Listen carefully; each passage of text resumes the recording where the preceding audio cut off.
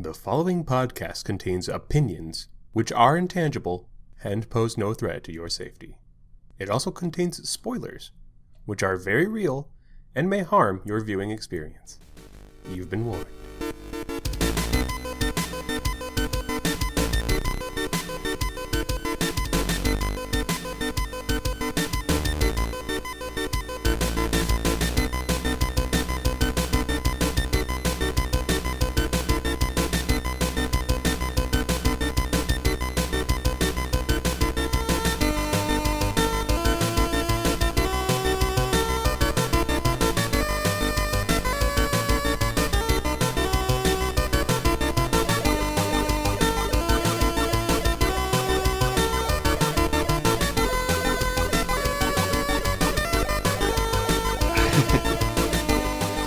So, Bam, I'd like you to do me a favor. Yeah, I don't know if I can.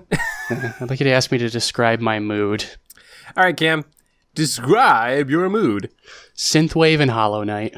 Synthwave and Hollow Knight. That is a pretty, specific mood. Yeah, that's been my mood the last couple days. Yeah, I just dark and dreary times. Playing Hollow Knight. Yeah, I mean, that's been the case for a while, but the synthwave is what really puts it over the top. It's just been dark and gross, and I know that's some people's jam, so not mine. Dark and gross. I'm not even the type to indulge in that sort of thing and make it worse by continuing dreary, gross things. But I don't know, man. Okay, that's not fair. Synthwave is not inherently dreary and gross, but there's certainly. Well, I mean, it's inherently gross. Oh, thank you. It's a pretty nuanced genre, right? You've got Darkwave and Outrun and all those things. Yeah. Okay, so do you actually not like synthwave? I'm not the biggest fan. You're the only one. The reason I started listening to synthwave is it's inoffensive music that everybody can like. I feel I really like it, but I feel like it's hard to have strong bad feelings about it. I think the worst anyone would be able to muster is it's kind of boring.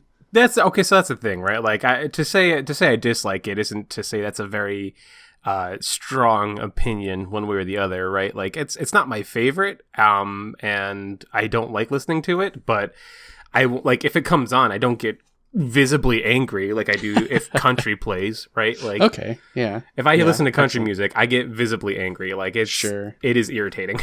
Oh, I'm the same way. Yeah, I mean, no offense to you people who love country music, and there is country I do like with any genre, right? I just like older. I can't handle country as we know it today. You play some Johnny Cash, I'm down. Johnny Cash, I'd even so my mom was really into country music when I was growing up, so I'd even go as far as to say Garth Brooks, but I think that's more an ingrained response. Yeah. Although he is considered to be one of the tops, so I guess if I'm gonna pick one, right? Right, that might as well be the best. I don't know, man. Something about whatever. We're not going to get into that. Yeah. I don't want to get into why country is awful and no one should listen to it. I do have a theory that listening to country actually destroys your brainwaves as much as drinking does, but we'll get into that later. Sure. Yeah, I mean, it's all the risk with none of the reward, right? I don't get any of the same effects from listening to country. Nope. Any of the same positive effects. All right, we don't need to alienate more of our audience. So how many hours have you put into Hollow Knight now? Oh God. Okay, so just to give a quick TLDR, I got about 40 hours in, and then I bought my own Switch and transferred my data off my wife's Switch. But I had erroneously, I may have mentioned this already on the show, even started my good account on the guest account, my good save file. Oh, okay. So when I moved it over to my Switch, I had basically no progress. And I was like, you know what? Awesome. I get to play all this again. Nice. Which I seriously have not had with a game in a very long time. It's just, I don't know, something about it, man. It just really does it for me. But I don't, that's good, I feel like I've given it so much lip service. It just happens. I can just, it's, I don't want to say comfort food because I'm actively engaged and it's an incredibly fun game. Okay, I mean that's an interesting argument to make real quick. I mean, the idea of comfort food isn't just that it's something there to sort of tip the scales of your emotions, right? A lot of us think of comfort food as like the thing we need when we need to be comforted, right? And that's its only goal. But I feel like it's also like there's an inherent value to that, right? Like where you can keep going at it. Minecraft would be that for me, right? Like I put so many hours into that game. It's embarrassing. Well, just because it's I'm just saying, like, just because it's the thing I like immediately go to if I don't have anything else, or it's the thing I go to, like, it's chips, right? Like they're potato chips, but I don't think there's kind of like a negative connotation when you use that, and I don't want that to be there. I feel like games that are basically like comforting or not comforting, but I don't know. I feel like we need to find a new word for that. Let's do that right now. Yeah, right. Well, I mean, before we do, like, I'm down, but I guess the one like caveat I have to give is like I feel like I don't know, comfort food to me, the connotation that I focus on is just the like I don't know. It's mindless? It's kind of yes, exactly. It's a very passive sort of entertainment, whereas like Hollow Knight is far from that. Holy crap! That was one hell of a thunder. Jeez. Well, I know that's coming my way. Oh, yeah, that's right. It's supposed to. Well, hopefully the power doesn't go out. But that was oh, awesome. God, that would suck. Oh, I'm so excited now because that means that's coming my way. Yeah. For those of you who don't know, I certainly love the thunderstorms. They are my favorite. We are opposites that way. I don't hate them, but like it's if there could be like a sunny thunderstorm, which I just hate sunlight, dude. It's just the worst. It's awful. Get it out of here. What has it ever done for anybody? That explains why you waited for me to invite you in the last time you came over. Yeah. All right, so there's a few things, because I've had these in the chamber for like a week and a half now. All right. Some things happen, and I decided they make great material for the show. Sure, that's cool. Yeah, save them for the show, and don't just tell your good friend Bam. It's fine. It's whatever. No, you don't deserve it. Oh, damn. Well, now you do. Oh, yay. All right, plug your ears. I'm only talking to the audience now. Okay, so there were two things, and I will go in increasing order of WTFness. Okay. So the first one is I used to work at Walgreens over in a city I won't mention because I enjoy a little bit of anonymity at this point in the show. But one day a man came in and he asked me how to get to like the store, and the store, I might give it away to people who live in the area, but the store was called Top of the Lamp. And I was like, I'm sorry? He goes, yeah, Top of the Lamp. I was like, no, I mean, can you like describe it to me? Literally a store that sells lamps and lamp accessories, right? Like if all right. Hank Hill was 80 years old and suffered a head injury. And I was like, I'm sorry, I don't know. No, I was like, I'm sorry, I don't know. I can't help you. So he left, and I'm thinking to myself, like, that's a dumb. I'm sorry. I don't like. I know I always come off as throwing shade. Like I certainly don't mean any disrespect to like whoever owns the store, but like, who thinks of that? Like, I'm gonna make a lamp store, unless it's like Brick Tamlin. But anyway, I was driving by the area the other day, and you found it. Well, I mean, I had found it before, but I just happened to be driving by, and it's closing. Oh, and I'm like, you know. I kind of saw this coming. Right. And, you know, this event, like me being asked where it was, that was like 7 years ago. So this is like a long time coming, but I called it.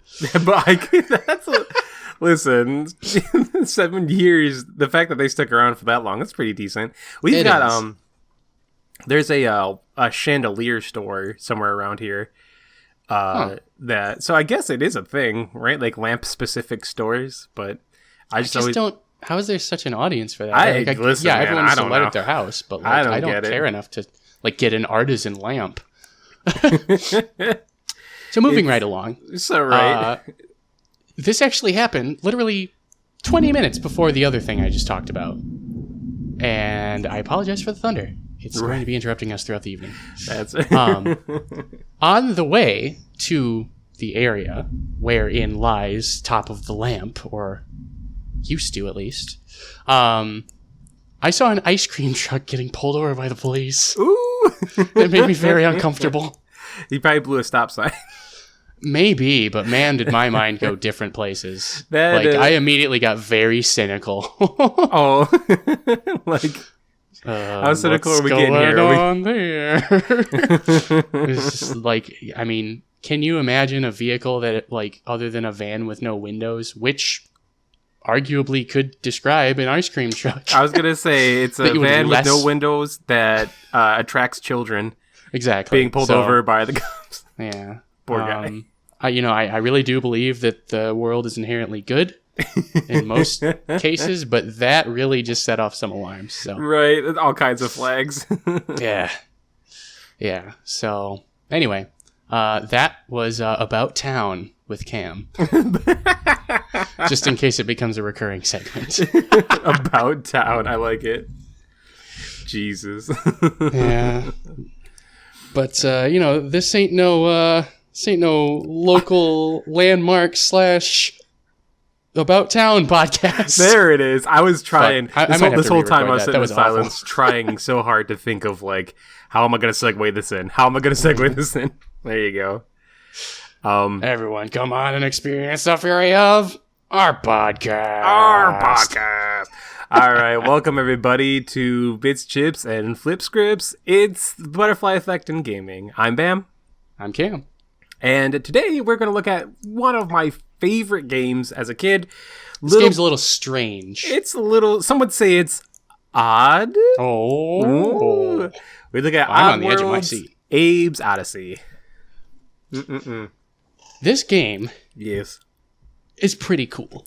It's a good game. It's a frustrating game, but it's a good game. Yes. I did find out that because I have the original PS1 version, and a lot of the issues that we had were in fact glitches that were fixed in later releases. So I feel better about that. Yeah, if only patches had existed when we were 8. For real, dude. That would have... the things we take for granted. Yeah. Well, it's funny, too, because, I mean, obviously, like, okay, so I watched... It was called a glitchless 100% speedrun, and I realized in hindsight, I even made some notes that, like, he did make use of some glitches, but they were not, like, teleportation or sequence-breaking glitches. They were sort of convenience, ones right? within the like, game. Yeah, so, like, well, I might be getting ahead of myself. Remind me to talk about the glitches. Well, it references parts of the game that you want to get to later? No, that's fine. Yeah. Yeah, okay. Yeah. It's one of the first games I ever beat as a kid, and it took me a long ass time to get it. Which is really impressive. Oh, thank you. It is a testament to the patience of a child. Yeah, for real. Well, I mean, like, when it's your only game you have for like 3 months, what else are you gonna do, right? Mm-hmm. But I remember this is also the first game I had to get a memory card for.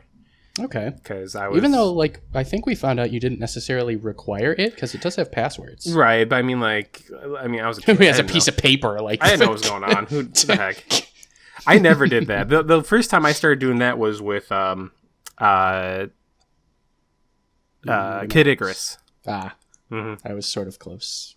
Not really. I'm just willing to give because we used to play a lot of Kid Icarus and a lot of Bubble Bobble, and like Bubble Bobble was one of those ones where like we just didn't pay attention to password systems, so like we would just leave the system on all night and then wake up and try to beat it. Jeez, I'm sorry for your NES. Are you kidding me? The NES, that's a good life. I feel bad for my N64. That thing is way past, like, it is ready to die, and I just keep it alive somehow. And it's just like, please, an oil change let me go. Let me die. And I'm like, sorry, N64, I gotta keep you around. No, you have to fight Dracula first. Throwback! Damn. Anyway. So, yeah, this game, I'm surprised because it actually has a pretty, like, in-depth narrative compared to, like, the other games we've been playing. Sans BioShock. But, the change that we ended up making for it. Whoa, hold on. We got to describe the game first. I'm getting to that. Okay. I know how this podcast works. You think I'm jumping? For so long, ahead. The way it worked was that we don't describe the game, so you could be forgiven. But no, I was just saying, like, it's interesting to me that the change that we ended up making, I've found, and I don't know if I'm interested to see how you did, but it really didn't change much of the narrative. And speaking of narrative, let's go ahead and just get right into that.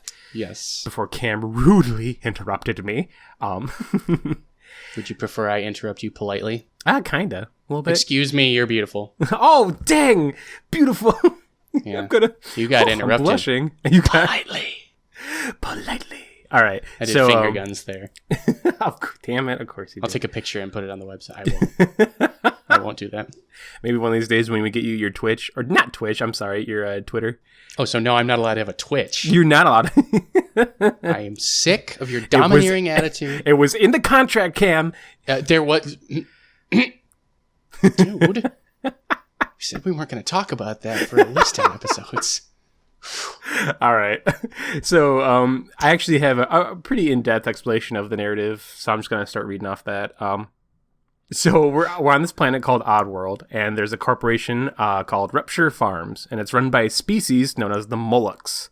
Which, sorry, just real quick, like I don't know if it was the proximity of us playing this to us playing BioShock, but the whole time we were playing and the whole time I was writing notes, I kept calling it Rapture Farms in my head. And it took me until I don't even know what it was, but finally I was like reading through the Wikipedia article, and I think it was like, oh, they made a typo. And then I looked at the screenshot and I was like, my brain made a typo.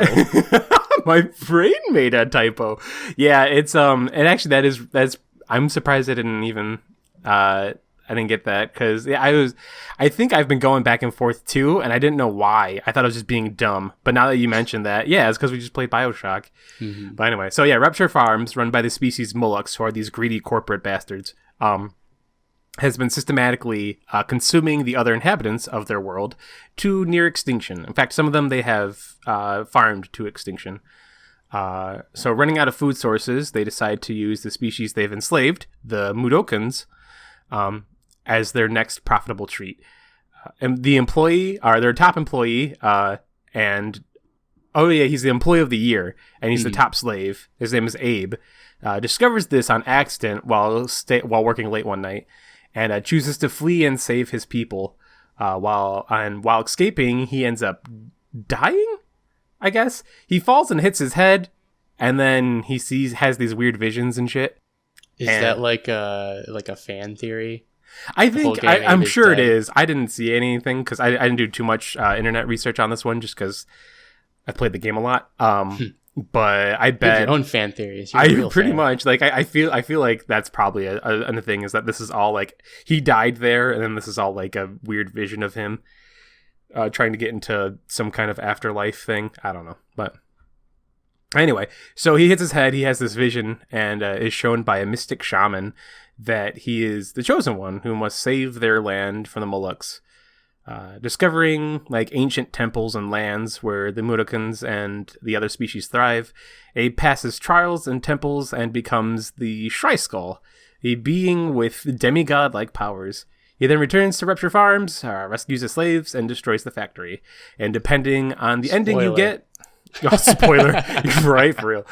Depending on the ending you get, he there's a disclaimer at the beginning of this podcast. They know what they're getting into. That's what I'm saying. Depending on the ending you get, there's a good ending and a bad ending. He either dies while rescuing everybody, or he doesn't, and is saved by the shaman at the end. It's a pretty heavy narrative, but it makes sense because it's a puzzle game, right? Like, yeah, there's a lot. It's cool because this game has a lot of stuff that goes on in the background, without having too much going on, like exposition wise. Although there is a fair amount of exposition too, but it just does a nice job of layering in the exposition, right? Like it's a nice weave, I guess. Like they give you like, you know, gameplay's front and center. I mean, there's probably like 5 cutscenes in the whole game, but like I really think it's the scale, right? Like if you think about the world, or like the world that you're exposed to, specifically like the physical space in the game, it's pretty small, right? So it does a really good job of keeping it focused on what's happening. Like it's like nothing's wasted, right? Like every zone is pertinent, and yeah, I really like that. No, yeah, it's good design, right? It's a smart decision to make. It just just so much of so little, which I'm sure I've said before about other games, but like it's remarkable. I mean, sure, some of it was due to technical limitations, but like, you know, I've tried writing stories before. I'm terrible at it, you know. Like it's really something when, especially with, you know, limited dialogue and kind of not the best graphics and stuff. I mean, it's really something. No, this game, I think this game is super visually appealing. Presentation is amazing. So as far as gameplay, okay, this I've alluded to this as well. It's sort of built as a platformer. Now, on the affirmative side, it's more of a puzzle game. You mentioned that. Mm-hmm. And, you know, that's really what drives the game forward. And, you know, like Wikipedia calls it a platformer. Like, I think a lot of people call it a platformer. I really take issue with that. Well, okay, so here's my thing.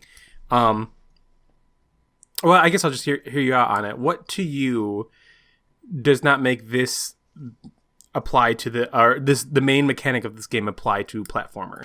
Because that's the difference to me is, like, yes, it definitely has puzzling elements. In fact, it is mostly puzzling elements, but the framework to me clearly screams platformer. So I want to hear what you have to say on that. I mean, I think it's kind of a round peg square hole situation, but I mean, ultimately, yes, it plays like a platformer, but I don't think that it carries the spirit of a platformer inside of it, right? I have been playing games since I was 4, you know, or whatever. Sure. You know, I'm not an idiot when it comes to the layout of a controller, and I feel like, you know, we played this game for what, like 5 hours straight, and it was about like 4-ish. I think I struggled with the controls the whole time. Like, something about them just didn't line up for me. That's not necessarily a criticism, but under the guise or in the context of being a platformer, I don't think that they get the job done necessarily. My argument to that is that, yes, I agree that the controls in this game are not intuitive. There's a lot of things that I would argue halt your momentum. And I feel like momentum is a very important thing when it comes to a platformer. Yeah, and yet your momentum is constantly screwing you over in this game. Well, your literal inertia is, yes, that is very true. Yeah. But I feel like that's not a requirement for a platformer. And I feel like there are many platformers that, I mean, don't have like a really quick momentum. Case in point, freaking Castlevania. Castlevania feels clunky as heck, but it's not really clunky. It's just, it's got solid It's mechanics. incredibly deliberate. Right, exactly. And it's the same with this game, too. You can't just jump and then control yourself mid-jump. Every jump you take has an already predetermined arc that you have to deal with, and it slows you down. You have to think before you leap. And to me, the spirit of a platformer that you're talking about, or the essence of what makes platforming fun for me, is that I don't. When I think of platformers, and a good reason why I think the Sonic games are held up to such a high regard is because there's very much jump first, think later thing. And then like you get hit and then you sort of log that away in your mind, like, okay, so I can't do that next time, right? Even with like games like Mario, there's a lot of times where you're running and everything is like instinctual, right? You see it's all very quick. You see, your eyes see something, your brain makes a decision, jump, and then you keep going, right? Sure. And that's a part of the fun, and that's part of the reward, is being able to go through it faster and faster as you get better and better. Games like this, I will also argue games like Castlevania, that reward isn't there. Sure. Well, okay, so I think that's actually a good parallel to draw. Like, I think yeah, okay. I think that your speed doesn't really play into it for either of those games, for Castlevania or for this game. Like, getting it done faster does not confer upon you any reward, except in the few sections where you actually have to go fast enough to not die. Exactly. That's neither here nor there. That doesn't really play into my point necessarily, but I think it's important to keep in mind with regards to like comparing it to Mario. Here are the other things for me. And I'm just going to spit these both out, and then I'll let you respond, because they go hand in hand. So, there's not, in my mind, enough variation between a good jump and a bad jump. Or, more accurately, there's a ton of variation, but, like, you know, it's not a sliding scale. And what that really is to say is this game is a grid. Your jump is a button that goes a certain amount of distance, right? It's either standing, running, walking, but it's always going to go the exact same distance. So in my mind, that makes success entirely binary, right? There's one right way to do this and you know, a bunch of wrong ways to do it. Okay. But realistically, there's like 3 wrong ways to do it because you can only jump in 3 different ways. And I just think that, you know, it's called a platformer, right? There's platforms, you have to navigate your space, and therefore your jump has to be sort of your tool set. So anyway, that's just, I don't know. I just don't think it has the spirit of a platformer. Okay. I just think that that's sort of the way to string the puzzle sections together. Right, but the platforms are the puzzle, and that's I would make the same for, again, let's bring that up because it kind of defined the genre, like Mario, right? Like in Mario, like there's one way to do it. You jump over it, right? You've got an enemy that you have to figure out where he's moving, where he's standing, and how to get around him. That's your obstacle. That is that's the puzzle, if you will. So you figure that out, you press the jump, and then you get over it, right? It's not complex. I don't feel like this game at any point in time differentiates from that because it's using the motion of crossing the terrain as the puzzle, right? It's not like, yeah, sure, your jump, it's simple, right? Like you said, it's binary, in a way. But I feel like that, as opposed to not existing, I guess. If you're like, for example, like a Zelda game, I'll never consider a Zelda game a platformer. No. Despite the fact that you do quote unquote jump, but it's very much the terrain is simply there to sort of guide you to the puzzle. Whereas in this game, the terrain is the puzzle. Just as I would argue in Mario, the terrain is the puzzle, right? You're figuring out how to cross it, how to get from point A to point B, because that's how you win the game. And it's the same thing in this game. You're trying to figure out how to get from left to right, or right to left, actually. That's weird. This game does go right to left. Anyway. Yeah, I guess it does. So and that I mean, though I find validity in your opinion, that's just where I disagree on it. I feel like calling it a platformer is pretty tried and true, despite the fact that it does have many puzzle elements. And why I think it kind of, if we made it like a point and click adventure, which was something we were kicking around the, whatever that's called, kicking around the room, I guess. I feel like that's something that wouldn't necessarily work. But heck, this ain't no freaking game design podcast. This is Bits, Chips, and Flip Scripts, where we're all about the butterfly effect. So what change did we make, Cam? So I think that we really tend to, we try and become the hero of our own story. We tend to make these games better for the sort of the in-media beneficiaries, right? Right. We just like, we take this thing that's cool, and then we make it cooler. Yeah. Arguably, that's not always the case, but it certainly is skewed in that direction. I feel that way too, yeah. Yeah, I thought this would be such a perfect game to just make it worse for the protagonist, because it just really, it does such a nice job of breaking our tradition. But, you know, just keeping it varied. And again, like, Abe's life already sucks. I mean, I guess by the end it doesn't as much, but, you know, let's kick the puppy a little bit. You know, an important, I don't know if it's a plot point, but it's certainly just sort of an overarching story point, is that Abe's got his mouth sewn shut. Yes. And I don't know if that's ever explained. I didn't spend enough time with the cutscenes and stuff because I just wanted to like play the game. Right. But you know, you're free to speculate. He didn't want dissenters, or it's just to break his spirit or whatever. But anyway, let's make him blind too. I love how. Yes, so we're gonna make him blind. His eyes as well are sewn shut, so this boy cannot see. Which is interesting, because even though they sew their mouth shut, they can still speak, right? They can still like yeah, it's a big part of the game. But there's a game mechanic called Game Speak. Like, right. It's the most ineffective mouth sewing ever. I think the point of the mouth sewing is actually so that they can't eat the their products they're making. That's my headcanon for it. Okay. I don't know if it actually comes out, because like the way the corners of their mouths are sewn shut, so they can't like open wide, you know. Mm-hmm. So they probably just go to kind of talk like this, you know. They talk through their lips. Oh, you sound just like Abe. Oh, thank you. You just have to talk through your nose a little more. Yeah. So we're gonna make him blind. Aren't we kind human beings? It's our world, and Abe's living in it. That's the truth. So the first thing that would affect is definitely like, And I feel kind of bad, but this game has beautiful visuals, and we're just going to take all that away. This game is...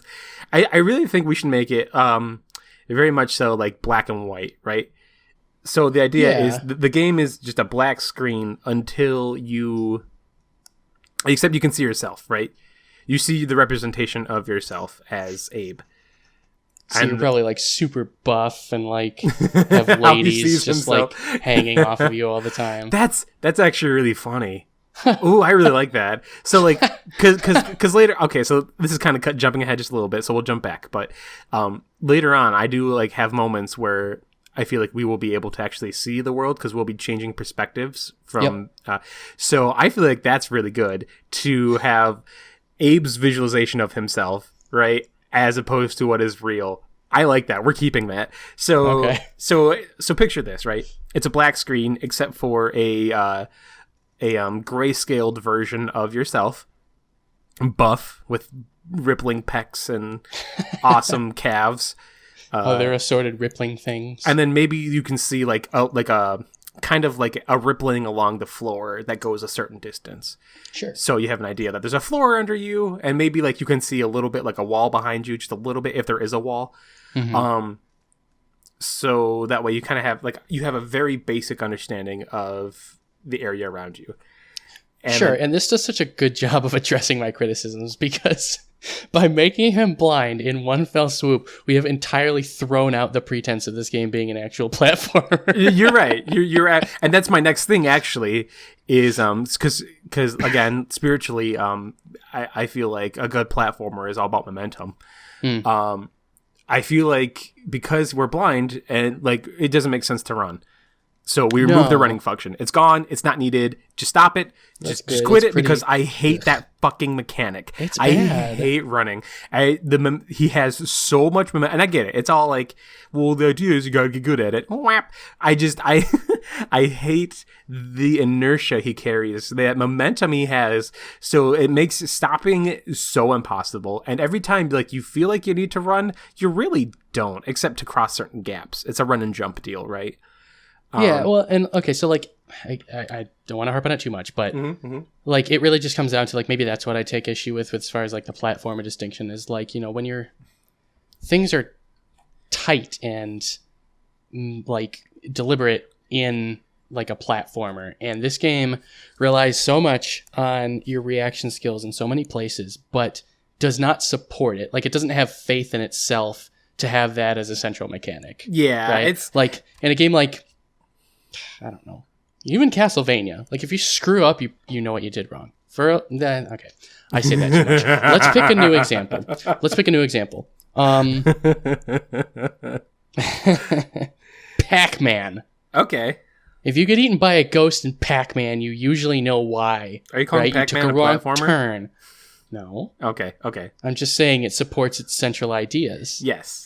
Okay. And therefore you can learn from your mistakes and get better at that. But this game, so much of it just feels like, that's fucking bullshit. Right, no, like absolutely. There's a lot of it where it all comes from the central, it's not intuitive, is basically what it comes down to. Nothing feels like you know what's going on. It is a odd world, I hate to say.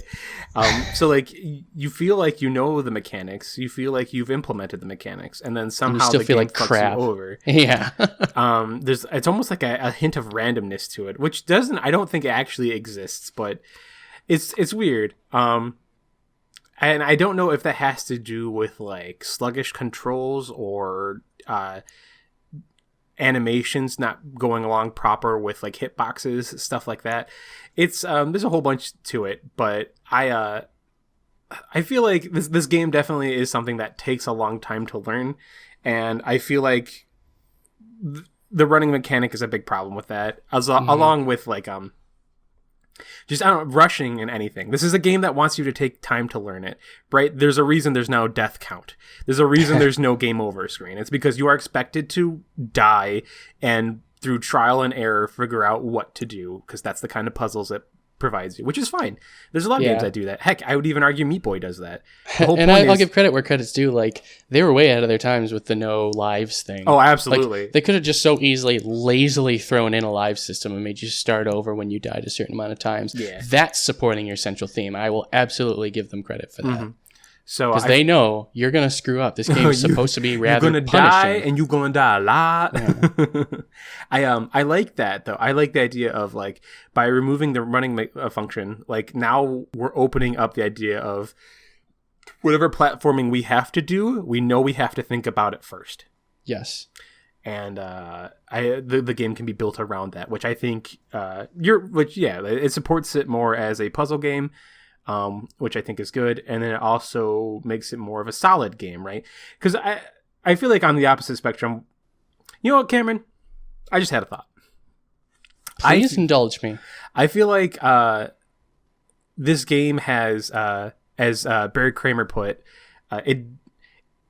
it doesn't know exactly where it wants to be, and it's not in love with its own ideas. Not in love with its ideas. Yep. Yep. I just thought about that, and so like I'm starting to see now, like yeah. So like even though I'll defend it as a platformer, I think the issue comes in is like it wants to do both, right? But it doesn't implement what it does of both. Isn't necessarily for the better. In fact, it's almost to the detriment of the game.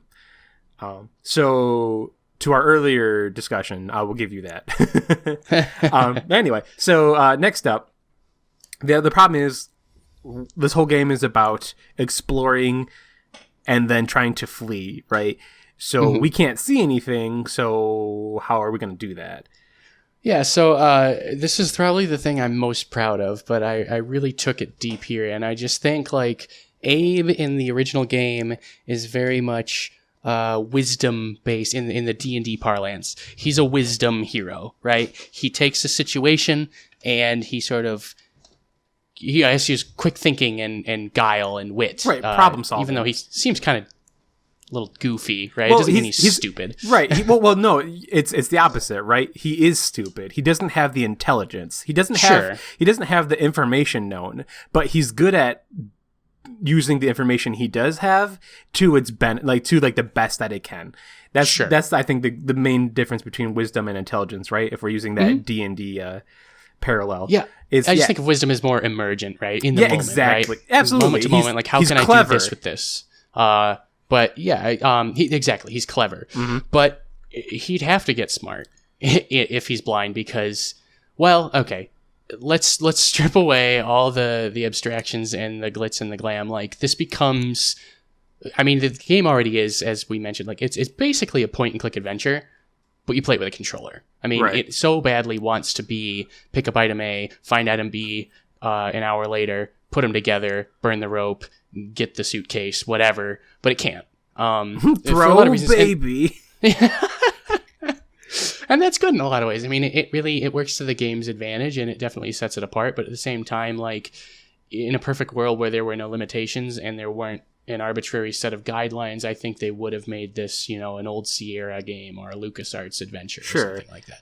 So, not for nothing. Like I said, it's a great game. It's a lot of fun. But I think if you're not doing the platforming, then that's what it becomes. I think this becomes, I mean, it doesn't have to be, point and click in the strictest sense, but it definitely it resembles that sort of game much more than whatever you want to call the existing game. Like you said earlier, right? Like, we're talking about the spirit of the game, exactly, the aura this game gives off, to put it as subjectively as possible. But yeah, I feel like so there's a point where, like, every hole you come across no longer is sort of an obstacle, right? Like, the idea is you can see a hole before you get to it. You already know there's something on the other side, probably, depending on the radius that you are allowed to see. Right. So it's more so like this is something that you have to react to as more so as this is something you have to plan around. Right. So, New Abe's Oddysee, not an obstacle, it's an opportunity. Oh, Jesus. But, obviously, there's got to be ways for you to experience your surroundings, right? So I was thinking that I mean, so as much as we want to get like weird avant-garde meta and whatever, right? Like, so I feel like I was juggling around. So in this game, a core mechanic is that you meditate. You have this spiritual psychic ability where you meditate and you can send your spirit to do certain things. Would we use that as a form of sort of seeing your background, in a sense, kind of like Avatar Last Airbender's Toph, where you kind of send out ripples through the world and it lets you see what's around you, and then it goes away, so you have to sort of memorize what's going on and then react to it accordingly. Yeah, I mean, I say let's not get too cute with it, right? Like, there's already a central mechanic that we can sort of adapt for this purpose. I say that works perfectly fine. And there's a sound component because absolutely, it's like sonar. Right. So the idea is, that's what I was thinking. I was thinking what you could do is, so you have this meditation that acts as, like you said, sonar. That's perfect. That acts as a sonar that allows you to see around you. But I like it because when you meditate, you can't move. That's the point of, like, that's the thing. When you meditate, you can see, like, so we'll keep that. You can see your surroundings, but at the same time, you can't move. So when you stop meditating and the world goes blank, you kind of have to memorize what you were doing, because only then can you actually proceed. Once you stop meditating, can you proceed forward. So you remember when we were talking about D&D, and I said that I took issue with putting too much cognitive baggage on the player, and it's sort of breaking the line between what your character would and wouldn't know / be able to do. I kind of feel that way about this. I think realistically... You want to make it easier, is what you're saying? You want? Yeah.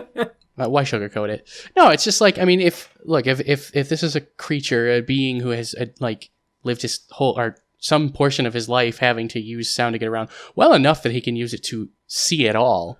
Right. I think that there's got to be some neural pathway, right, that allows him to sort of memorize that actually, well enough. Sure. Well, here's the thing, right? You have to find a way, though, to implement the point of being blind in the first place. If you can if he has a mental image of the room at all times, there's no point in making him blind, right? Sure. No, and I mean, I get where you're going.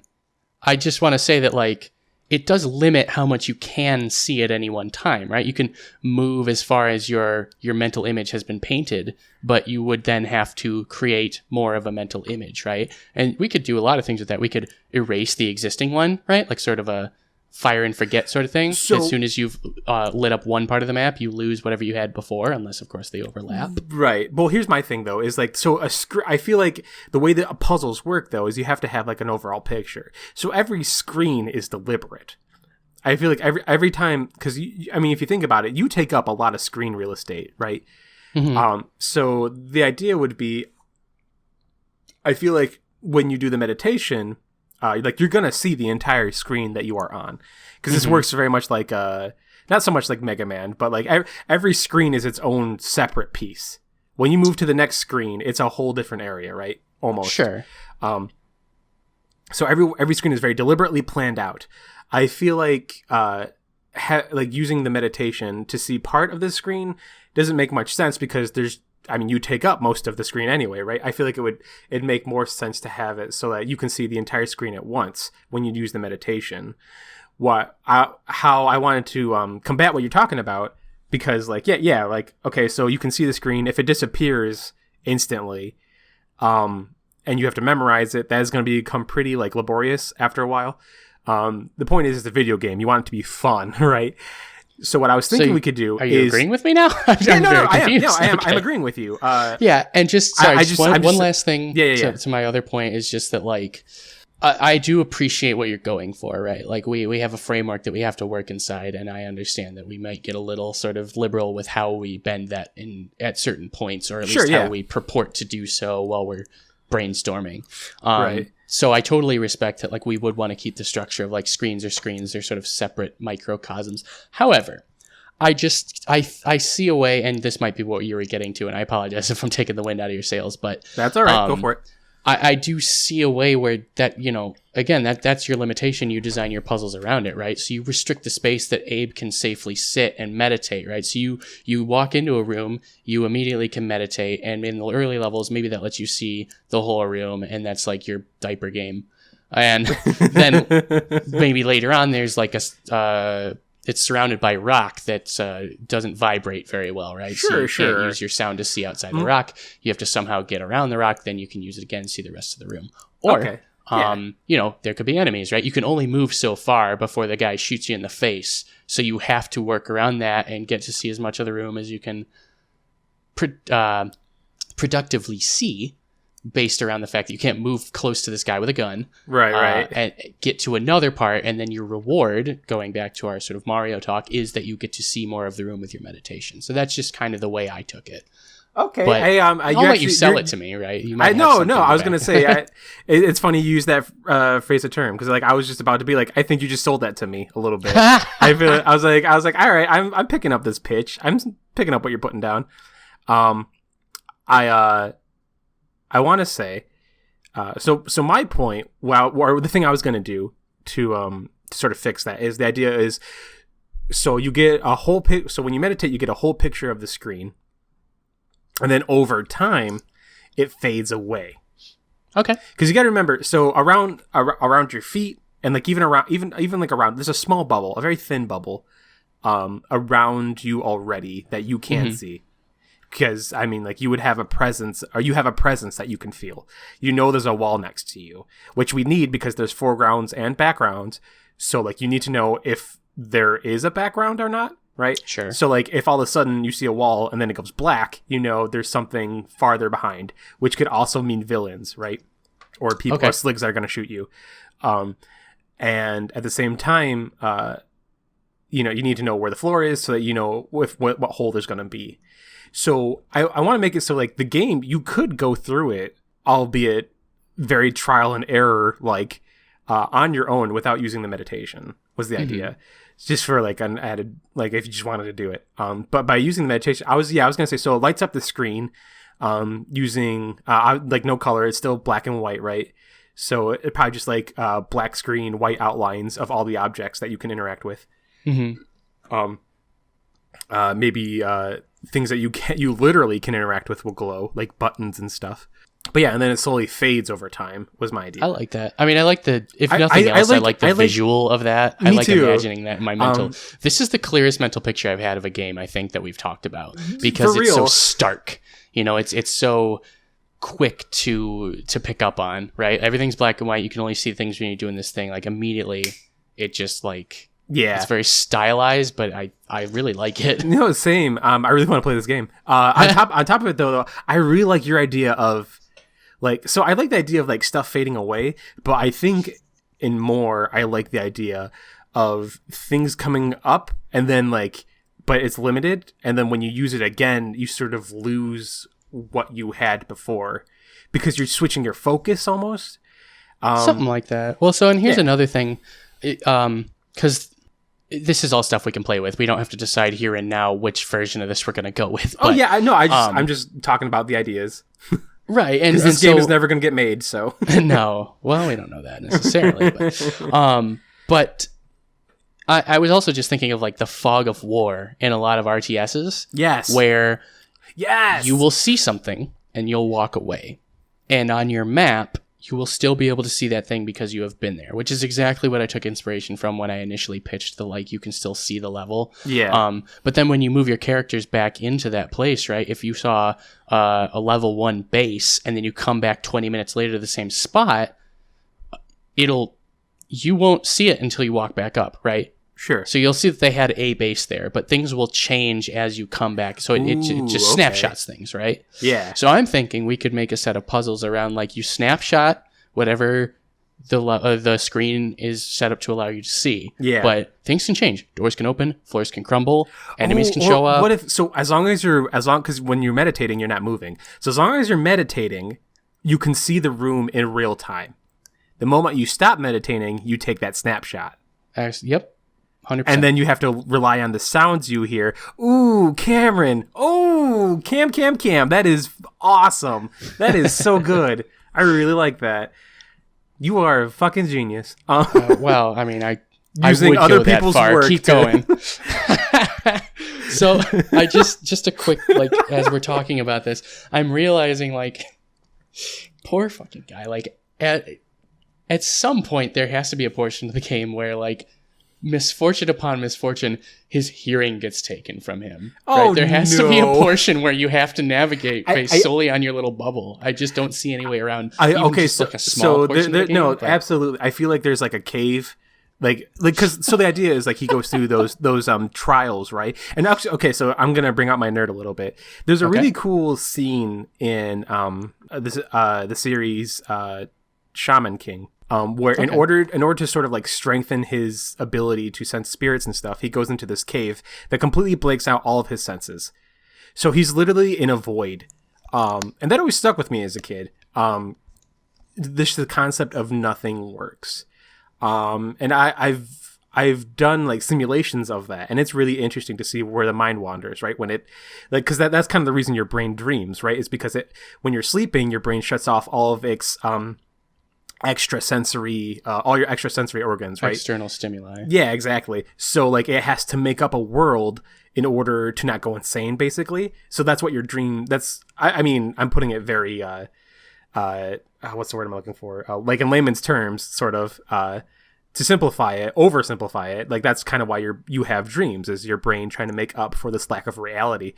So when you do that to yourself, when you put yourself in a void, sensory basically, deprivation. yeah, like your brain starts wandering and does all these cool things, and I feel like we could do some really cool stuff with that, where like you have like it almost Star Warsy, where like you have to go inside the tree and see who you are, like maybe because like remember he's becoming a demigod, so he has to go through these temples and these holy trials and all this stuff. This game is very spiritual, weirdly enough, so maybe that's a point we could do, is like there are certain trials at these temples where like you go into these rooms and you can't become the Shaman King. Basically, yeah, you become the Shaman King. You know, oh god. I mean, that is fitting, right? Like I know you just brought it up, like that happens to be the anime that like presented the concept most prolifically. But shamanism is important in the story. Yeah. Yeah, I mean, that's essentially what the whole tribe is based around, is right. Shamanic, magic and traditions and stuff. Yeah, no, I think that would be pretty cool. Yeah, tribal in a sense. But like I said, still spiritual. So I think that would be cool. So like you get these black rooms where you're relying solely on your the tiny bubble that you can experience. In fact, we could even make it a little smaller just to fuck with the player. But in the background, we could do all kinds of weird, cool imagery and stuff, just for funsies. Or there could be like devices that emit sound. So it's sort of like in the beginning of Portal, where you don't have both sides of the portal gun and they automatically get shot places for you. Oh, and yeah. In that way, it's used as training wheels. In this way, it could just be a spin, right? You can't use your meditation the way you normally would. I guess it couldn't be sound if you're going to be deaf, if that's sort of the narrative way we sell you not being able to use your meditation. So we could take it away some other way. And then have devices honestly, that show you certain parts of the room or something like that. Yeah. But I feel like that would be cool. That's a really neat idea. And then on top of, speaking of like other like game mechanics, a whole point in the game is like you're saving your fellow Mudokons or Mudokons, or however you pronounce that. Mudokons? I don't know. I don't remember. I don't know where the emphasis goes. Or not. Stupid English language. I feel like, like saving them, I feel like it could be cool to give them certain things to help you, right? So like the idea is in the game you save them and they're kind of just there. They don't do anything for you. If anything, you really have to go out of your way to get them. And there's no real incentive to save these guys, unless you want the good ending. It feels awful. Like, okay, so it's like entirely externally motivated. Even in Mario, right? Like you get a coin, there's a good bling, like it sounds good, it looks good, and at the end of the day, 100 of them gets you a life. There's like they don't even do that much for you, but there's that incentive there to rescue these guys. There's no incentive at all because you're about to die. It's not the point of the whole game. Like it's just they're just kind of there. So I feel like we could give something to sort of incentivize saving your fellow kin. God forbid you want to go out of your way to make somebody's day better. Like, dude, fuck that. This is kill or like be killed. This is dog eat dog world. They are the slaves. I escaped. I should be able to be free. Anyway, do you drive an ice cream truck? Because you're giving me some weird vibes right now. Anyway, no. So I mean, from a video game standpoint, I feel like what we could do, we could give them the other Mudokons are not blind, and therefore they can warn or guide you or do anything, or like maybe even like they could grab your hand and pull you through some things.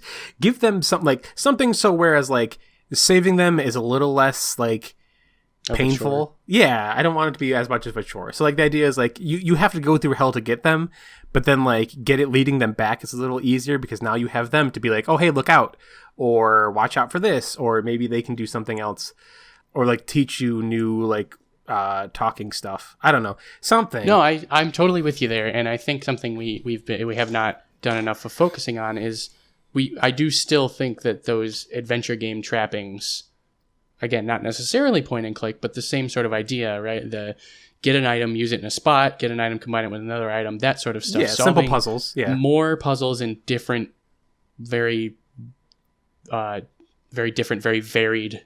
Wait, I don't like how that sentence came out at all. I'm using way too many of the same sounds.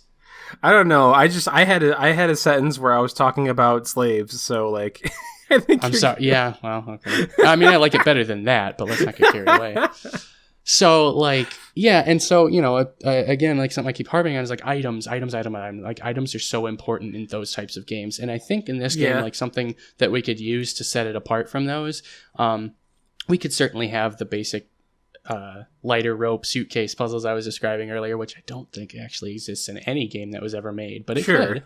I'm thinking that like, so you see like, I'm going to be liberal with the terminology and say you see like 3 different meditation abilities that Mudokons possess in the game as it currently stands. And it's, you know, I might be getting going too far outside of the butterfly effect, but I think that it could reasonably be inferred that there could be more than we've seen, just that they're not featured in the game. Okay. So I think that like, quote unquote, some of your items, in quotes, could be like different skills of the Mudokons you rescue. All right, so here's my thing with that, which I appreciate. My thing is I'm trying to look at like things that are underused that we could use more of, right? So or that we could put to more use. So instead of having like different meditating abilities, what about just actually being able to use our the way we speak? You know, like there's a whole mechanic of these guys talking, and like different buttons equal different sayings and stuff, but it's never used more than a simple Simon Says puzzle through the whole game. It's all just this freaking simple Simon Says. It's super almost easy. Literally the game Simon. It quite literally is. The buttons. Yeah. Oh yeah, Simon, not Simon Says. But regardless, I guess it's easy enough. Well, that's why it was named that. Yeah. So like, what if we could instead use those calls to do that, right? Like for example, you learn like if you whistle or if you whistle and there's metal nearby, it will resonate or something. Okay. You know what I mean? No, I really like that. Yeah. So like now we don't have these like useless things because I'm. Hey, farting is useful. I don't care what anyone says. It lightens the mood. It's so dumb. Like I'm not a huge fan of useless mechanics. And to be fair, they do implement it, but they implement it in such a way where if it didn't exist, it wouldn't matter. And like it wouldn't affect the game at all if that wasn't there. And that to me, I mean, it's just sloppy. I don't. Yeah. Let's tighten it up a little bit. Let's make it so that those calls and your, I guess, speech, your language is a little more useful there. Sure. I mean, like, and to your point, like those sections, they could just have a panel with colored buttons in that section, right? It's never used dynamically. It's never like it's so isolated, right? Like you have these whistles and farts and stuff throughout the whole game, and you use them in like 12 different spots, and that's it. You're absolutely right. Anywhere else. I do want to go back to the point though that you just laughed while saying farts. So, am I not supposed? Nope. It's just funny to me. I just love it. That's my household in a nutshell, dude. Dude, tell me about it. Yeah. So like, yeah, I agree. I feel like it's isolated and it doesn't feel it doesn't feel like organic. No, it feels shoehorned. Yes, very much so. So let's fix that. Let's tighten it up a little bit. So like every Mudokan you rescue, you can you learn more about like what you're capable of doing to help you see more, to help you put more images in your head.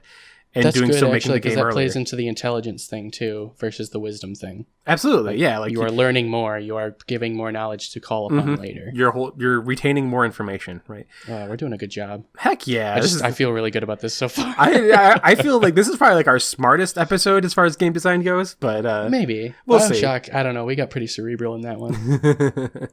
We'll give it a run for its money, though. Let's keep going. Right. So the other thing too is so obviously there are two, I guess technically there's three things you can interact with. So you can interact with Mudokons, which your fellow slaves who you are saving. Sorry, real quick. You talking about the new version or the existing version? The existing version. Gotcha, go ahead. Yeah, as it is. Good clarification. So yeah, you currently as a game is, you can interact with basically three things. You have a pet, you have the slave, your fellow slaves who you're trying to save, and then you have the villains, which are known as sligs, who are these guys who carry guns and they shoot you from afar, or if they're ahead of you, whatever. So if we're going to change up these interactions just a little bit, and given the Mudokons give you more abilities that you can retain, let's go ahead and make it so that like the sligs give you something as well. If like maybe not something you can retain, but something that like helps you while you're doing it, right? So the idea is you use the meditation and you take over the slig's mind and you can run around as them. Existing game, not new game, for those who aren't aware. And that mechanic is super underused. The idea is that you meditate, you take over their minds, and you run around with them. But more often than not, you can't run or shoot anything. You just have to explode them, which granted is funny, but still, it's iconic. I'll give it that. Yeah, like, absolutely. One thing that, like, if anyone's played even 10 minutes of this game, they'll be able to tell you that that's part of it. I give you credit for that. Absolutely. And there's cool puzzles where it's like, oh, you can't, there's a device that stops you from taking over the slig's mind. There's neat stuff like that, but they don't do, I don't know, it's just so limited in what it's capable of doing. I want to run around as one of these fuckers. It's super fun. They run fat. They feel that like they're like gameplay wise, they feel really smooth. They run real good. They have a good jump. Being able to shoot they run real good. They run real good. I want to tell you about the sligs. They run real good. But like maybe make it so that they too can like solve puzzles. Like maybe you have to scare slaves away using one of them, or maybe you have to like shoot a bigger obstacle or something, right? Like just let me play around in their bodies. Why is that so weird? Yeah. Well, and I'm just to be a purist and to maybe play a little devil's advocate, I could also see, just in this weird alternate version, them, you take a cue from a lot of the old Sierra games, like maybe there's a 20-minute section of gameplay where all you do is play as a slig, right? There are those weird sections in like, even like Peasant's Quest, the Homestar Runner game, like you have the pot on your head, and I think you like either walk backwards or whatever it is. There's a slight change, and like I could see them falling back on like, okay, here's essentially the slig level, right? And then that way, I'm not saying it's a better idea. I'm just saying it's a spin on it where you get sort of a satisfying amount of being able to play as this alternate move set or whatever. Yeah, but but you're not bludgeoned over the head with it or anything like that. Right. And I think too, what could also be done, and this would be super great, is so when you take over the slig, you can see. Yes. And I was going to say that, but I'm glad you said it instead. And you bring the whole world into color, and I feel like that would be pretty dope. Yeah, that'd be like an awesome like rising action, right? Like you go through the first 3 hours of the game and you're blind. You have this limited, I see no reason why we couldn't just go all the way with it and say like, as the slig, you basically have to backtrack to the beginning of the game. And then that way you can see all the stuff you went through. And there's gotta be, the game already does it so well. It's called Oddworld. There's a ton of absurdities. Yes. And I think you just turn that up to 11. Absolutely. Right? As absurd as everything has to be when you are able to see it, it has to be 10 times more absurd when you aren't. What I would be thinking is what we could do is we could have it so where there's a lot of those anti-meditation devices in the factory. So you never actually get to see the factory as a whole, right? Mm-hmm. Like all you know of it is your rough black and white look at it, right? And then when you eventually you leave the Rupture Farms and you're out in the wild where you do find sligs, and sometimes they do have devices, but they don't. So that's cool. So you get to see like the cool desert and so on and so forth, and all the neat stuff that's out there. But you never have an idea of what the factory is, the place you've been working at. And like you can make it dark, man. You can make it blood stained, like because I don't want to, but you feel free. I feel like that would be great because like the whole idea is like so like you're this blind guy, and then like eventually you do get a chance to take over one of these sligs. Sure. And you get to see what the outside world is like and how beautiful it is. And I mean, you're the employee of the year, right? You've been working at this factory forever. To you, it's probably not that bad as far as you're concerned. You've been cleaning it up. Like your bosses suck, You've but been blessed with the gift of no sight. Right, exactly, for real. So like when you actually do see it and you realize the horrible conditions of the place you worked at for so long. Yeah, it's almost too literal and too on the nose, but it sells you as a blind idiot. Yes, it really does. Is a trope that does not necessarily require the person being affected by it to be blind. That is entirely a coincidence. But it's like, and I hate that I know this, I really do. It's like that mole from Happy Tree Friends, where he's blind and he somehow escapes all the horrible things. I know. I'm sorry I'm even talking about it, but it's so apropos that I, as a creator, have to keep to my integrity, and I'm obligated to mention it. I do not like Happy Tree Friends at all. But regardless, it fits, right? He wanders through, all this danger, and everyone around him just gets slaughtered in these horrible ways. Yeah. And he always comes out unscathed. Kind of like an idiot savant. Mm-hmm. Yeah, and that's exactly what would happen. Like you know what? Let's just divert real quick here. I like the black and white thing. I think it's the way to go. But another way to go with it is kind of the way Abe sees himself as a muscly guy who's like really handsome and stuff. Maybe the inside of the factory in his mind is like a toy factory. Oh my gosh, yes. Everything's pleasant. Yes. There's teddy bears and laughing children. I mean, I guess you would know if they were laughing or not, but you know what I'm saying. Right, but I mean, like, it's pleasant. And he thinks it's this wonder. Yeah, exactly. And then find out that it's entirely the opposite. Oh my goodness. I love it. I love it a lot. That's awesome. That's so great. Yes. There's a game I played recently that does that. BioShock 2 actually does that. I know this is the episode of coincidences. Right. But when I forget how you end up doing so, but you end up inhabiting the body of a little sister and you see life through their eyes and everything is gorgeous. Really? And there's like interesting. A filter over everything so that like, it's a little fuzzy, a little like foggy, but it all looks like really nice. And there's this elegant stone everywhere, and like everything's cushioned in these vibrant colors and butterflies and stuff. When really it's Rapture, this terrible, abandoned, destroyed dystopian city at the bottom of the ocean.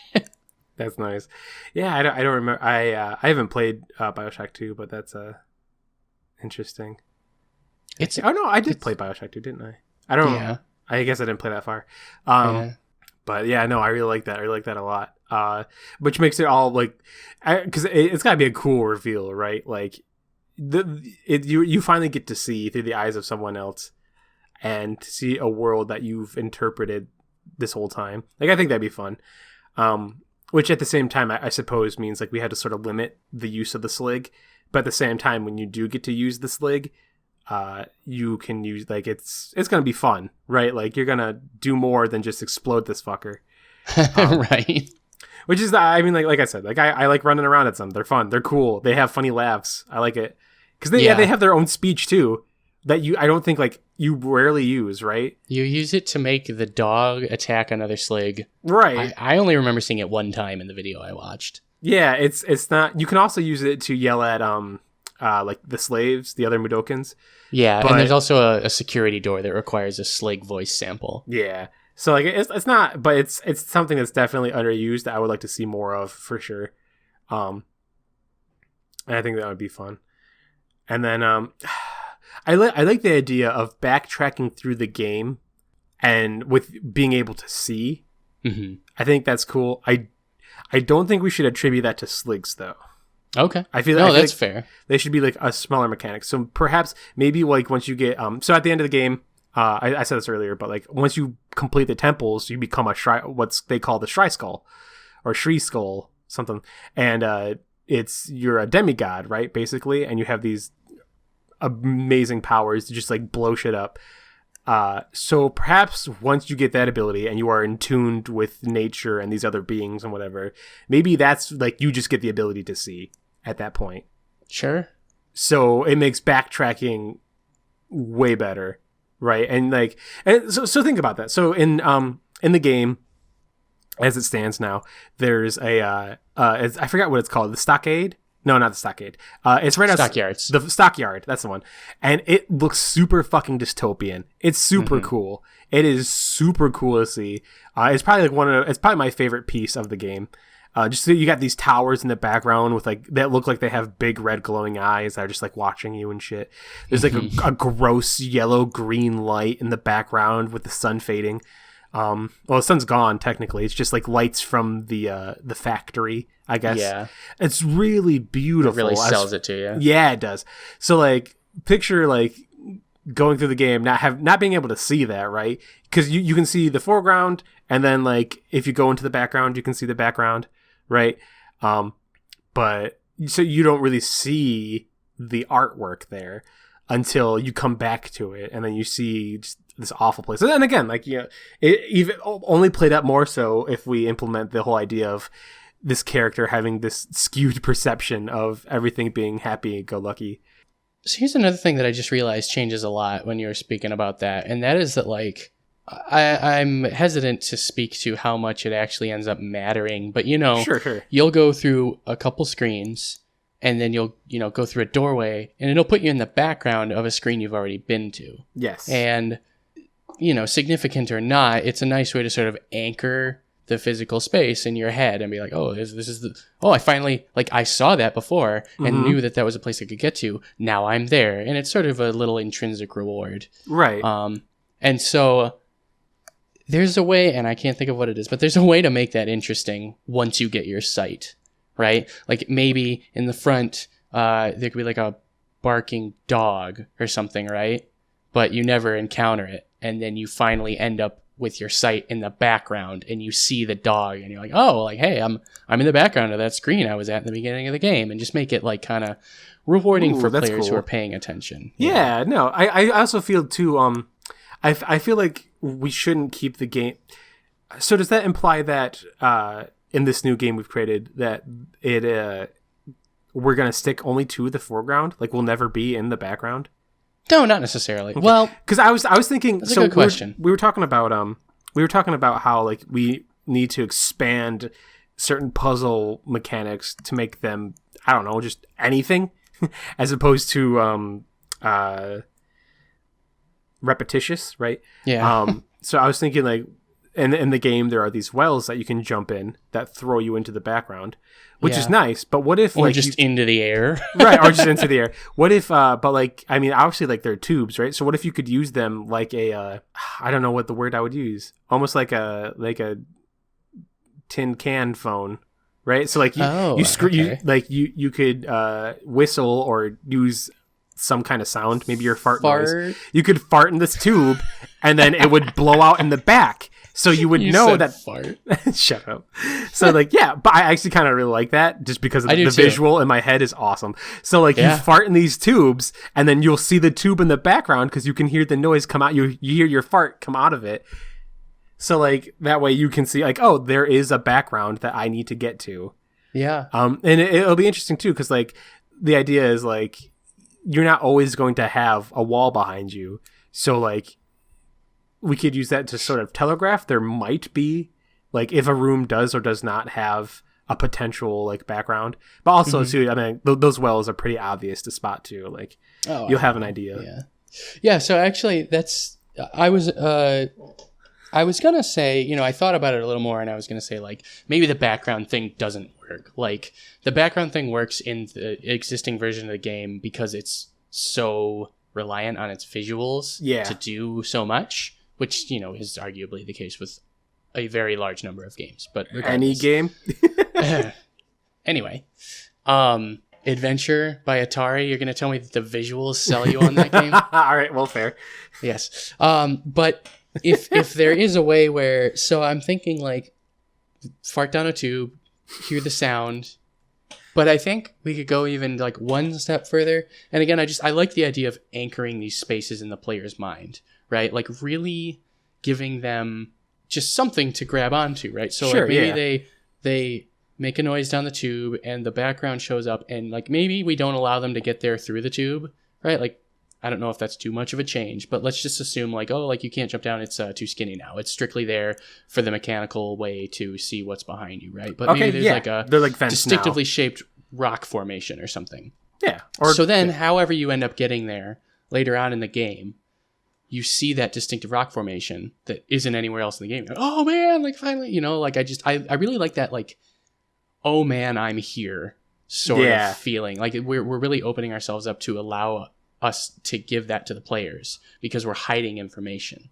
And it's like speed in a Sonic game, right? Like if you're withholding speed, speed is the reward. If you have a careful platforming section, you finally get to whiz down and go through a million loop-de-loops and you feel good. Whereas if you're withholding information in this game, in this case, sight or you know, terrain, then if you meter it out and then eventually like give a lot of it to the player, it starts to feel like just a big reward. Yeah, it's a power up. That's what you're trying to earn. I like that. I like that a lot. Yeah. And that gets into, I wanted to mention this and I couldn't think of a good time to do it. And this seems as good a time as any because it at least sort of goes into what we were talking to. Here's the one thing where I will give this game the credit for being a platformer, and that is that it seems to respect space a lot. Yes, very much so. And I like, it's really obvious about it in the first couple of levels and, you know, baby steps and all that. But in the later levels, like it becomes pretty significant. Like you kind of have to know at some portions, like if I jump down here, I'm going to end up in this place. Absolutely. Yeah. You have to and I like that retain that. Yeah, that's, I feel that to me, it's funny you say that in respect to it being a platformer. To me, that adds to it being a puzzle game. Maybe it just does both. I think that's, I mean, that might is be the special sauce that makes this game work. Well, I mean, like, I know we sing praises of Mark Brown a lot on the show, so I'm going to do it again. Well deserved. Yeah, but like in his Boss Key series, like he talks a lot about just like retaining the information of a room in your mind so that you can come back to it later is a good element of game design, right? Especially for puzzle pieces, right? It's more rewarding to be like, oh yes, I remember where this was in this other place, and like having that just being able to reference that kind of like how would you word that? I don't know.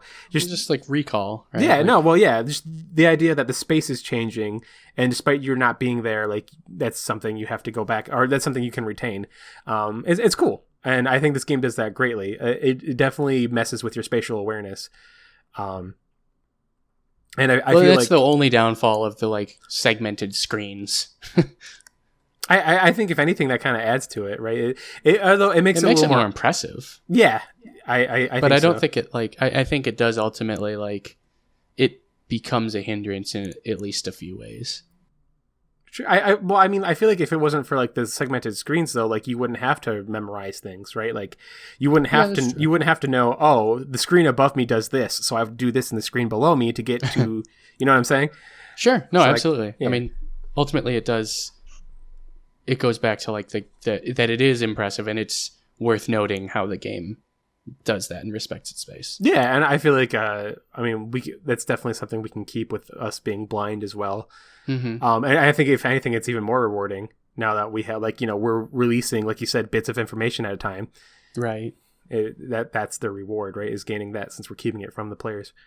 Yeah, and then I think eventually it leads to. I think that kind of leads into my next thing, which is ultimately I want at some point to like, I guess we already really talked about this, but yeah, like at the end of the game, like you get the ability to see, and I feel like that's super fun because it's now not only because I hate backtracking. It's the reason I'm sorry. Like I get like, hey, something Metroidvania. Yeah. It's just not fun for me. But like I like. this like makes it a whole new game. Being it like, you know what I mean? Like going from you're tiptoeing around trying to figure out all this stuff to, oh, I can see now. And like you can apply the knowledge of your eyeballs to your puzzle. Now it's your brain ball. Yeah, basically.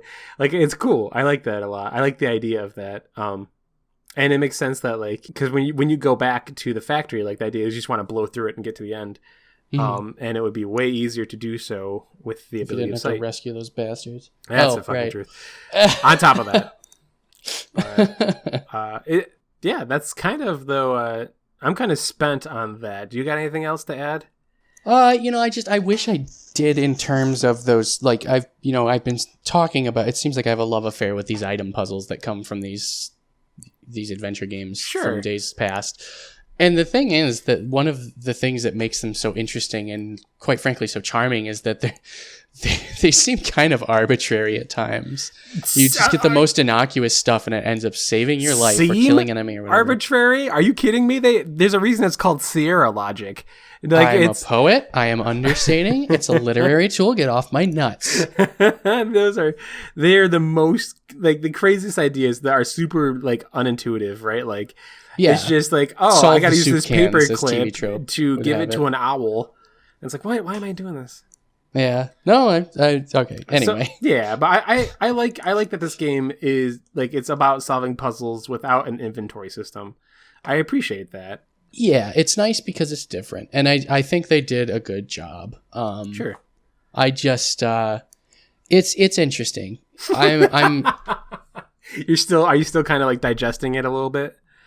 The game or yeah, like well, I mean the way you put like it's interesting. It's like you want to shit on it, but you're not sure if you should. That's the way that came off to me. Not that I want to, just that I think I ordinarily would. Like I'm not always. I don't like to think in terms of black and white necessarily, but when you split the difference between two things, I almost always tend to see it fail. Right? If you want to do A or you want to do B, and then you make a compromise and do the middle. You don't go too far to either one side and you end up making nobody happy, right? You get just a lukewarm ball of gruel. But this game... Jack of all trades, master of none. Yeah. Which is weird because like I like red mages, but I digress. I hate red mages for that same reason. Well, then you hate me. But anyway. I identify as a red... Anyway. So like... I'm red mage kin. They found a nice way to... carve out a niche, right? Sure. It's just they weren't satisfied with going A or B. Right. They doubled back and went direction C, which is a whole new thing. And really, like, no other game does it that way. I mean, you've got this type of game happened more than just the Oddworld series. I remember that game. I think it's called like Rascal or something. Yeah, and Rascals. It has like such a similar framework where screen by screen, like. Solve this screen, go to the next one. There's like devices and traps, and it's kind of slow paced and stuff. Yeah. Also quirky as heck. Yeah, but none of them really get held up or remembered. But like this one seems to have a decent cult following. It helps that there were sequels up until about 2005, but it's just I don't know. It's really remarkable that it almost has no reason to work. When you break it down to its constituent elements and just say like, oh, it's this and this and this. Like, I feel like if you took those in abstract, you'd be like, that game sounds like it's fucking terrible. I almost think, yeah. Let me rephrase. If you said that to me, if you gave me that list of constituent elements, I would probably have that reaction. No, I feel like that's a fair reaction. It is kind of a mishmash. It's, they took a route with it that's, I don't know. It's not like you said. It's a niche, right? It's kind of a moonshot. Yeah, absolutely. But I'm glad they did, and this is a game that I think I will always love, just because of the unique experience it provides. And it's a shame that the other games didn't really have that. And yeah, I mean, just like the other thing is like, we were talking about how like the original game's pretty hard. It's a little rough around the edges for the reasons that I've gone on and on about, and it's like, that's another thing that sort of harkens back to like point and click games. Like I have a ton of respect for a lot of the classic adventure games, the classic point and clicks. And I'm not even talking about Sierra. Like specifically I played, and people are going to fucking hate me for saying this. I played Grim Fandango for the first time like 2 years ago. And as with so many things, like I thought it was super charming, and I loved the world, and I loved the character building and just the quirks and the wrinkles and stuff. But like that game has some dumb puzzles. It's so obtuse about things in certain parts. And like, dude. I'm as willing as most people to call me stupid specifically. I'm as willing to call myself stupid as people are to call me stupid, but some of them I'm just like, man, how would you ever? And like so many people love that game, but like, my whole point that I'm getting around to is like, there are games where you start them up and they're usually old games and you're like, man, I don't know, like, especially games you played when you were younger. Like I played this when I was younger, and I was willing to put up with the shit, so I got through this game because even despite like all the dumb stuff. Yeah. And like I kind of couldn't do that with Grim Fandango, probably my fault, whatever. And I kind of was like ready to say that about this game. Sure. But so that just sort of draws a parallel. Like that is another thing about it being in its essence a point and click adventures. Right. It had that sort of effect on me. Now I've since revised my thinking about it. But anyway, just a funny little parallel. No, absolutely. And I think it's interesting too. But with that being said, let's go ahead and wrap this up. Do we have to? Yeah.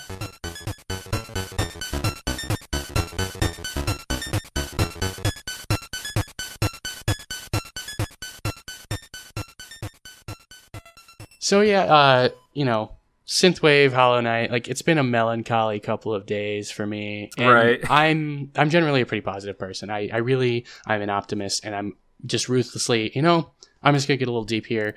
You get one life, it's so short. I just see no reason for me to be miserable all the time, even though sometimes it's probably merited. Sure.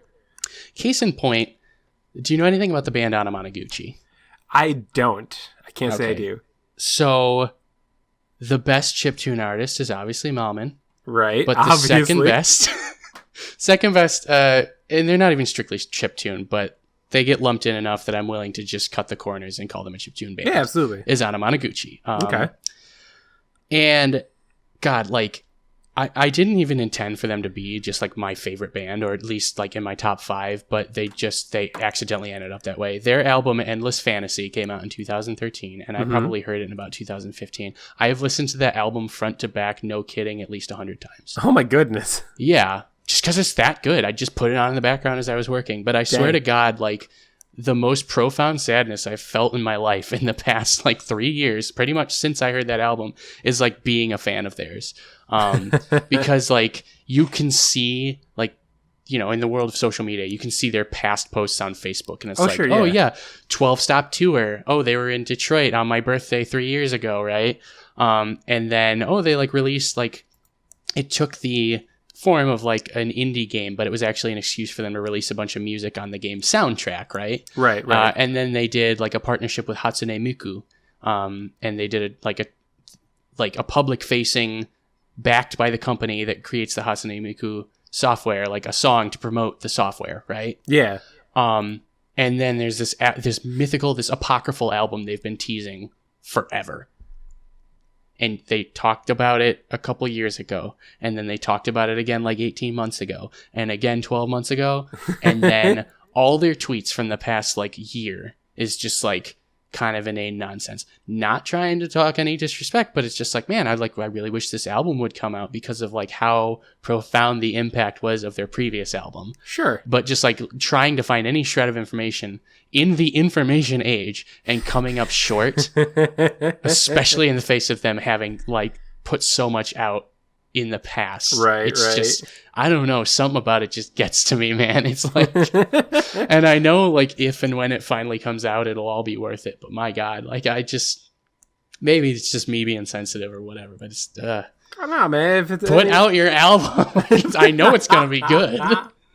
I mean, like, yeah, I get it. But I mean, obviously, like, there's a humorous part of that, right? Like, they're creators; they're gonna do their thing. It's not like they owe you anything about it. And they're super tongue in cheek about a lot of their stuff. And I get that I'm sure it's part of the kayfabe, but Yeah, no, I mean, it's something personal to you. I think that's cool. That I mean, like, I'm sure they're going to be relying on people like you who want their content so bad, right? Like when the time does come.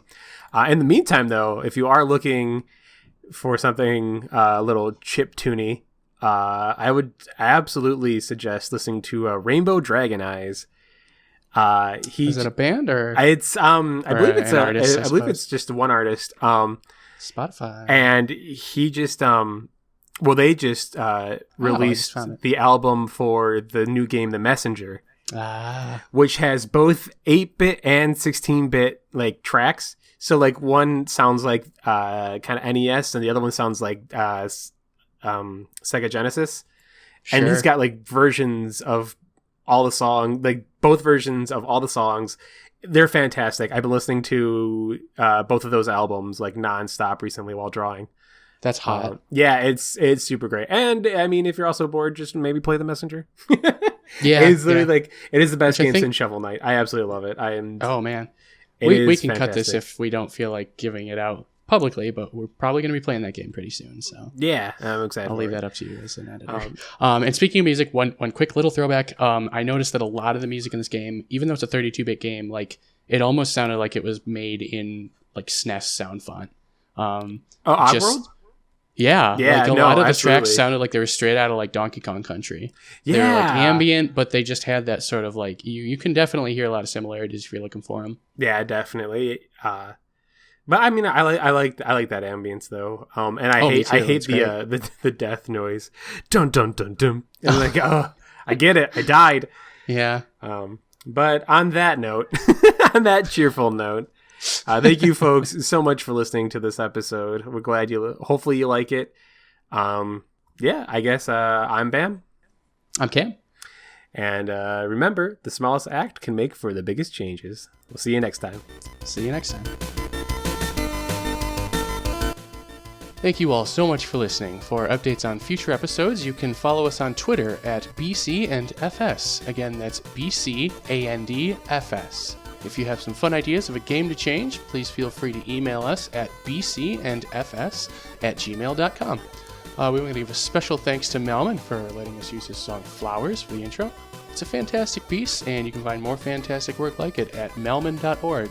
Again, that's MALMEN.org. Thanks for listening.